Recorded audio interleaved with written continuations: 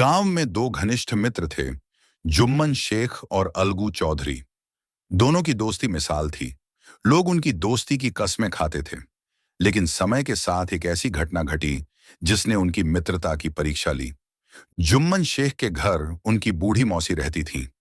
उन्होंने अपनी सारी जमीन जुम्मन के नाम कर दी थी, इस शर्त पर कि वे उनकी देखभाल करेंगे। शुरू में सब ठीक चला, लेकिन धीरे धीरे जुम्मन और उसकी पत्नी का व्यवहार बदलने लगा।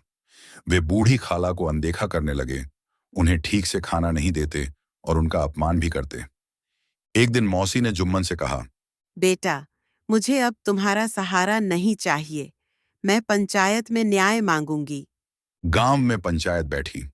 बूढ़ी खाला ने अपना दुख सबके सामने रखा और पंचायत से न्याय की गुहार लगाई। पंचायत ने पंच चुनने को कहा। मौसी ने कहा, मुझे अलगू चौधरी पर पूरा भरोसा है। यह सुनकर जुम्मन खुश हो गया, क्योंकि अलगू उसका सबसे अच्छा मित्र था। वह सोचने लगा कि अलगू उसे कभी दोषी नहीं ठहराएगा। लेकिन जब अलगू पंच की गद्दी पर बैठा तो उसे अपने कर्तव्य का आभास हुआ। उसने सोचा, पंच की कुर्सी पर बैठने वाला न किसी का दोस्त होता है और न दुश्मन।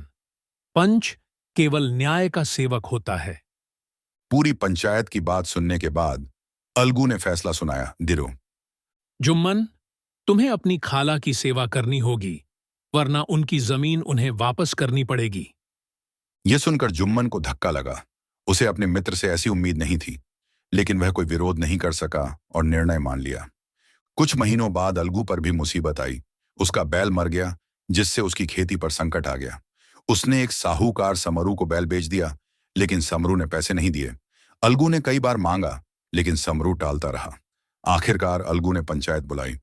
पंचायत में पंच चुनने की बारी आई तो समरू ने पंच के रूप में जुम्मन शेख का नाम लिया। अब स्थिति पलट चुकी थी। अलगू को चिंता थी कि जुम्मन बदला ले सकता है, लेकिन जब जुम्मन पंच की गद्दी पर बैठा तो उसके मन में वही विचार आया, पंच न दोस्त होता है न दुश्मन। पंच सिर्फ न्याय का सेवक होता है। समरू की बात सुनने के बाद जुम्मन ने फैसला दिया, समरू, तुम्हें अलगू के पैसे चुकाने होंगे। न्याय यही कहता है। यह सुनकर अलगू की आंखों में आंसू आ गए। उसने उठकर जुम्मन को गले लगा लिया।